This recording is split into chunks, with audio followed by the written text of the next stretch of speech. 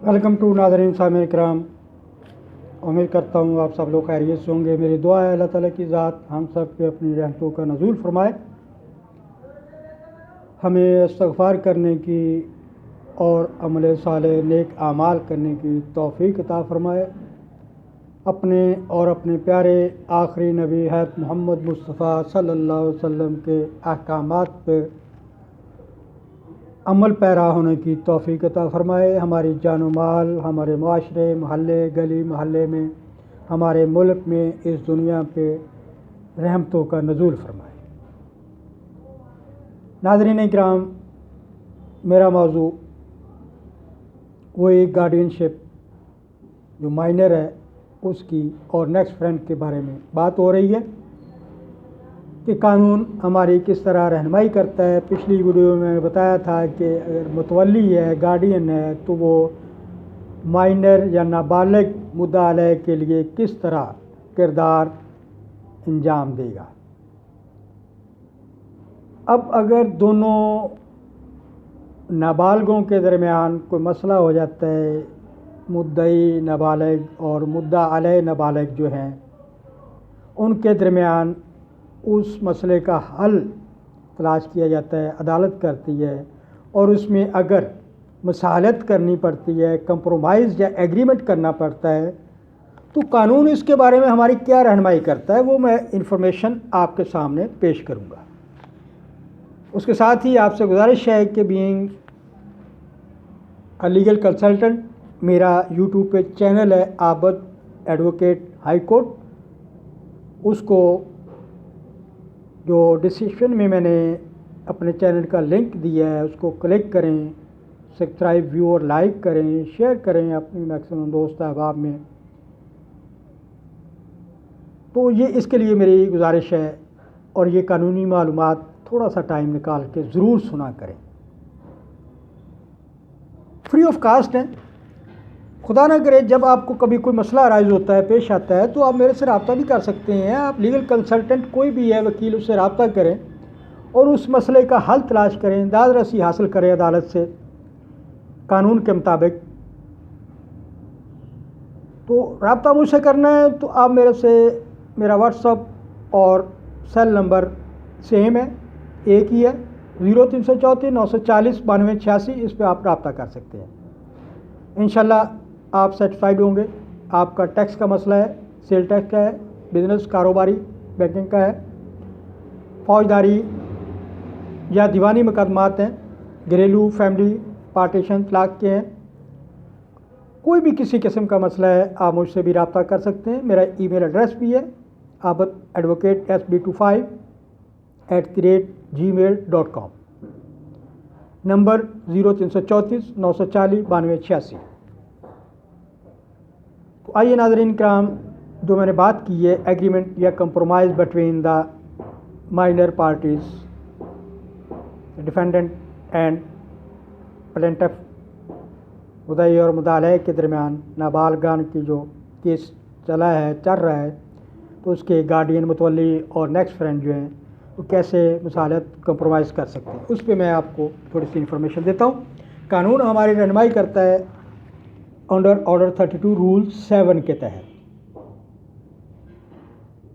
According to order 32(7) rule जो है of civil procedure code 1908, next friend or guardian for the suit can not enter into any agreement or compromise, cannot enter any agreement or compromise on behalf of a minor with reference to the suit in which he act as a next friend or guardian without the leave of court, without the leave of court। वो दोनों बाहर ही अदालत से मुकदमा करके बाहर आपस में सुलह सफाई कर लेते हैं, मामला तय कर लेते हैं, ये नहीं होगा। जिस तरह आप कोर्ट में गए हैं उसी तरह कोर्ट की इजाज़त से आप बाहर रहेंगे जब तक टिल फर्दर फाइनल डिसीजन नहीं हो जाता। कोर्ट अदालत का फ़ैसला अनाउंस नहीं करती, फाजिल जज साहबान अपना फ़ैसला अनाउंस नहीं करते, उस वक़्त तक आप बजाते ख़ुद बाहर अदालत से कंप्रोमाइज़ नहीं कर सकते, एग्रीमेंट नहीं कर सकते कि हमने सुलह कर ली।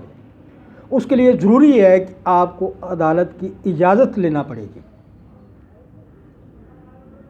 केस रेफरेंस बताता हूँ आपको, AIR 1959 Bombay, page 260।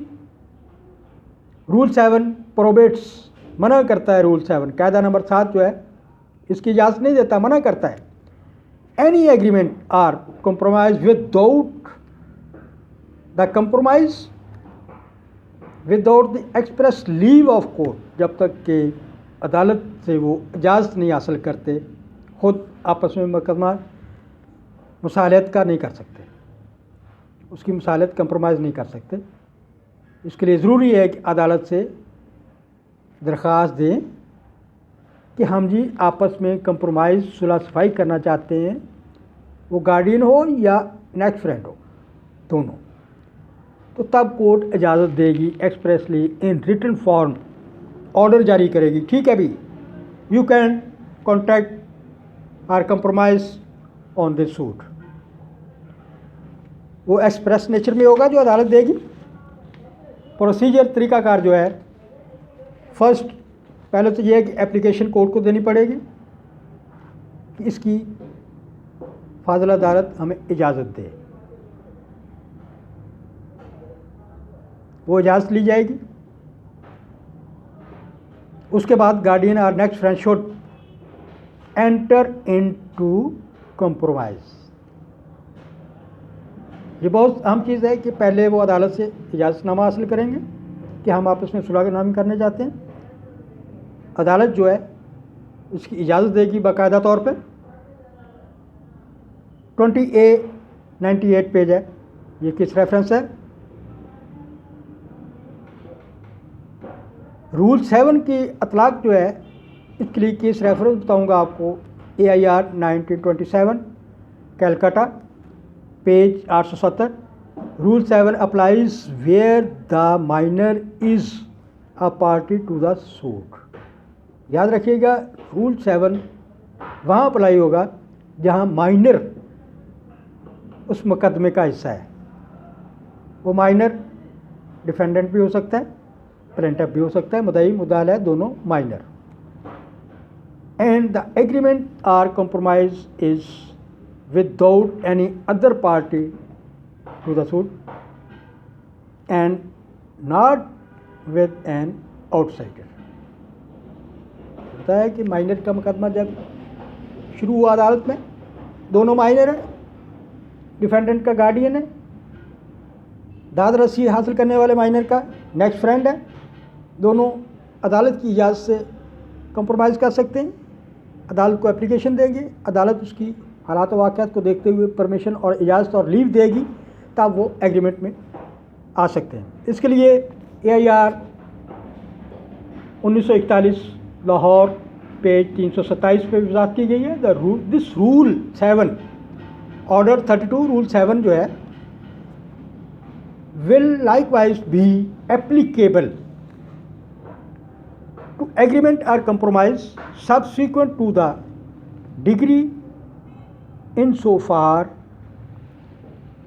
as it covers matter relating to the suit। Rule 7 जो है ऑर्डर 32 का रूल 7, ये इसके अतलाक के बारे में है, जो हम कंप्रोमाइज़ करना जा रहे हैं माइनर, दोनों माइनर पार्टीज़ के बिहाफ पे। एक और केस रेफरेंस है AIR 1958 आंध्र प्रदेश का है, page 713। This rule will likewise be applicable to agreement or compromise subsequent to the decree in so far the broad principles will apply. इस रूल के प्रिंसिपल्स को फॉलो नज़र करते हुए, मद्देनज़र रखते हुए वो कंप्रोमाइज़ और एग्रीमेंट होगा। और यही है रूल 5 कहता है कि पहले आप इजाज़त लें, अदालत से एप्लीकेशन दें उसको, अदालत फाजिल जज हालात वाक़यात को देखते हुए आपको इजाज़त देता है, तब आप दोनों माइनर पार्टीज़ के गार्डियन और नेक्स्ट फ्रेंड जो है कंप्रोमाइज़, कॉन्ट्रैक्ट, एग्रीमेंट मुसालहत कर सकते हैं। ये कब बातिल होगा, यानी कि इसका असरअंदाज या ये गलत या बातल जिसको बोलते हैं आप, वायडेबल एंड अगेंस्ट होम, और किसके खिलाफ होगा?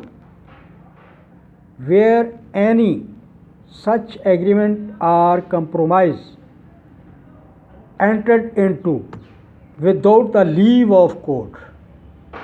बार बार अपने इसी लेक्चर की इंफॉर्मेशन में दोहरा रहा हूँ कि leave of court is must before the compromise or agreement on the minor suit. ये बहुत ज़रूरी है। So recorded shall be voidable. अगर वो अपनी मर्ज़ी से कर लेते हैं वो वायडेबल होगा, वो बातिल होगा, उसका कोई इफ़ेक्ट नहीं होगा। माइनर सूट स्टिल आउटस्टैंड करेगा उसी तरह, क्योंकि परमिशन कोर्ट ने देनी है, फैसला कोर्ट ने करना है। क्या आपने कोर्ट को मजाक समझ लिया? कोर्ट में भाग कर आ गए आप, दोनों माइनर पार्टी हैं, मगर कंप्रोमाइज़ के मौके पर आप खुद बाहर से कंप्रोमाइज़ कर रहे हैं, तो इसलिए कानून कहता है वायडेबल है, बातिल है, उसकी कोई हैसियत नहीं होगी। पहले कोर्ट से इजाज़त लें, फिर कंप्रोमाइज़ और एग्रीमेंट करें वसालत का। All parties other than minors. ठीक है। लीव ऑफ कोर्ट, इसके लिए केस रेफरेंस दूंगा AIR 1946 PC 72। The leave of court should be expressly recorded. Remedies जो अवेलेबल हैं अब इनके लिए वो मैं आपको बता देता हूँ। माइनर्स के लिए against whom suit instituted under section of civil procedure code. Remedies इसके लिए ये है कि रिव्यू हो सकता है उन माइनर सूट का, केस का, जजमेंट का अंडर सेक्शन 114 114 के तहत, रिवीजन हो सकती है 115 के तहत, एप्लीकेशन 151 के तहत आप पुट कर सकते हैं। इसमें प्रोविजंस ऑफ रूल 7 की इसकी बात हो रही है एग्रीमेंट और कंप्रोमाइज़ के लिए। ओवरराइड एनी जनरल और customary law and should be strictly